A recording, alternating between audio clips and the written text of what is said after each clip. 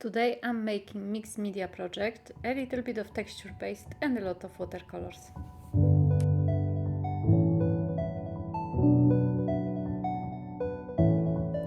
Hi everyone, welcome to my channel. It's Asia Marquet here, Lemon Creation. Today I decided to create very mixed media project. So I'm starting with a piece of blank paper. It's a A4 size of watercolor paper, but it's a watercolor paper on the cheap side. It's quite textured, and I'm sorry it's a little bit lopsided. It's gonna change in a second, but I'm using pieces of masking tape to keep the paper not even that much adhere to the surface I'm working on, but actually to cover this bottom part. You're gonna see later why. And I am using the texture paste from Stamperia. A full list of products, as always, you're gonna get in the description box below under this video. I'm gonna be using my stencil. This one is one of my favorite. It's running in circles. And so basically there are circles in a form of circle.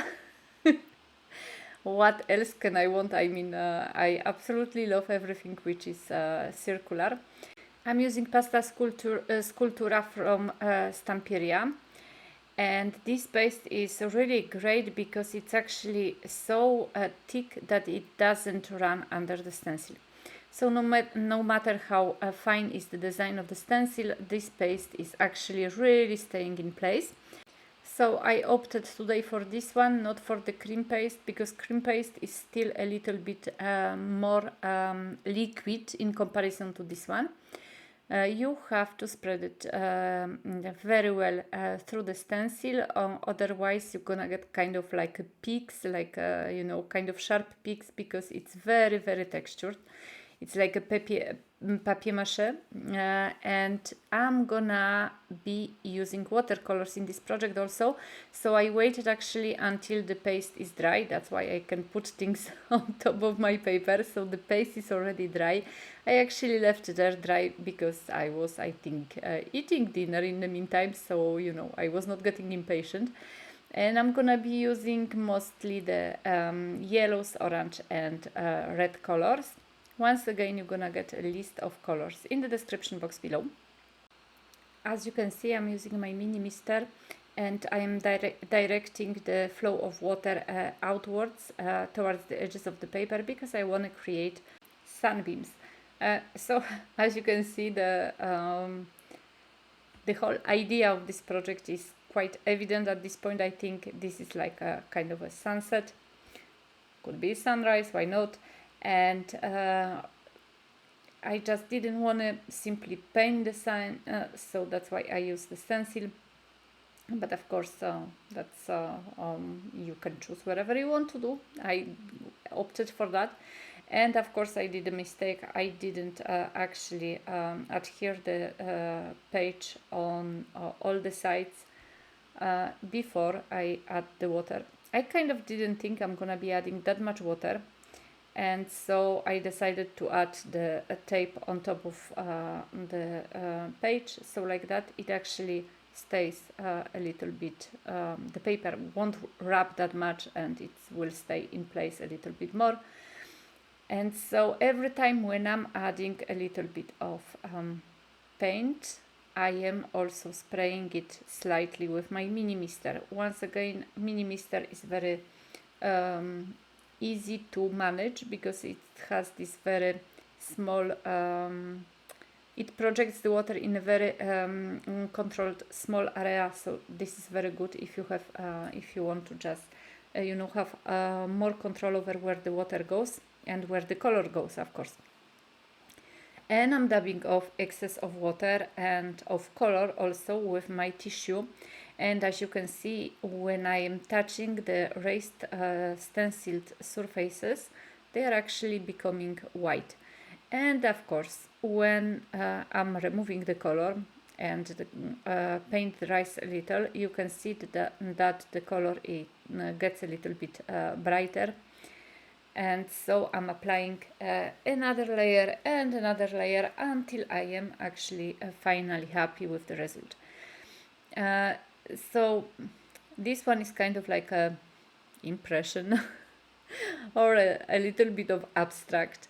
I didn't really go for the perfect like a sunset colors or anything like that, and I just went with my gut basically and did what I wanted to do and look how the color behaves, and just add a little bit of water, which is always surprise because you don't know where it goes, where the color goes, where the water goes. But that's very nice. That's the element of surprise which I always appreciate.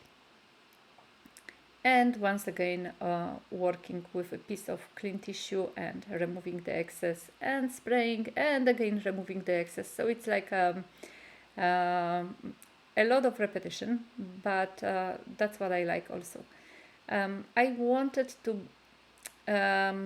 remove, maybe remove is not a good word, but kind of dull a little bit the yellow, and I add a little bit of splatter. Maybe it was not necessary, but at the same time I just wanted to add a little bit of white accents to kind of have this connection with the with the stenciled circle. And for that I used the white china ink. And you know me, I almost cannot live without some contrast. So I add a little bit of dark contrast, but for that I didn't actually use the black color. I use Peyne's gray, and just in some places, you know, when you have raised surfaces like that, when you are stenciling, it's usually a nice thing to add a little bit of black, because the black accentuates actually the parts which are raised, because it kind of stacks or sticks around it, not stuck, but sticks around them, and so that's very nice. In case of this stencil, it maybe was not the best idea because there are just circles, so it's a kind of little bit it didn't work the way I would like it to work. But either way, I am happy that I used the black because I cannot live without the black. And now I took one of my watercolors in tube and I applied them to the craft knife or palette knife, and as you can see, I'm spreading it on the bottom of the sun. So I'm making a horizontal line, and it's not a perfect line, and that's what is great about this technique, that the line doesn't have to be perfect, just the opposite, and you can achieve a really nice effect. So I was not thinking, when I started this project, I was not thinking I'm gonna be doing kind of like a sunset at the sea, but now, when I removed the tape, I decided there is too much of white space and I need to do something, and so I went for this method of application of watercolor. And I was trying to add some water with the craft knife, but it actually didn't work well, so that's why I'm taking my big brush, flat, and adding a little bit of water. And once again, I'm taking my mini mister and spraying it, this time towards the bottom of the page, and just checking out if the water is not flowing onto the actual sun. And I also let it air dry, and as you can see, I have this almost black line which makes the horizon, and I have nothing black on the top part of the page, so I decided to cut a little bit, not a little bit, 3 small tiny birds. And I was going kind of for a seagull, but seagulls are white, but white wouldn't work well, so I just cut them from white paper, add a little bit of color with the ink. Of course, you can cut them from black paper, but I kind of wanted to just add the color kind of unevenly, and then just add the 3 of them. So like that, I feel there is just this connection with the horizon, with the bottom of the page, which is darker, and then you have these 3 black accents on the top page. And now I am just adding a little bit tiny a line just to make it make the line between the sun and horizon a little bit more proper, more correct. And I add too much paint. It's not that I add too much paint. I add a lot of paint, so my circles are not white anymore, and I wanted to make them a little bit more white. So this is why I decided to take my Snowflake acrylic paint from PaperArtsy and just repaint them.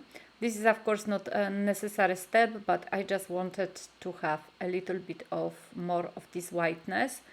And so I'm only covering the big circles. The small one I just can't, they are too tiny. I'm wondering what you think about this project. I don't often do the like stenciling and watercolor, so please let me know in the comments.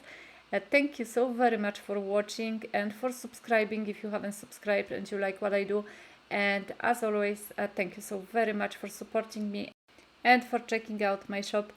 I'm sending you big hugs, guys, and I hope I'm gonna see you in the next video. Bye bye.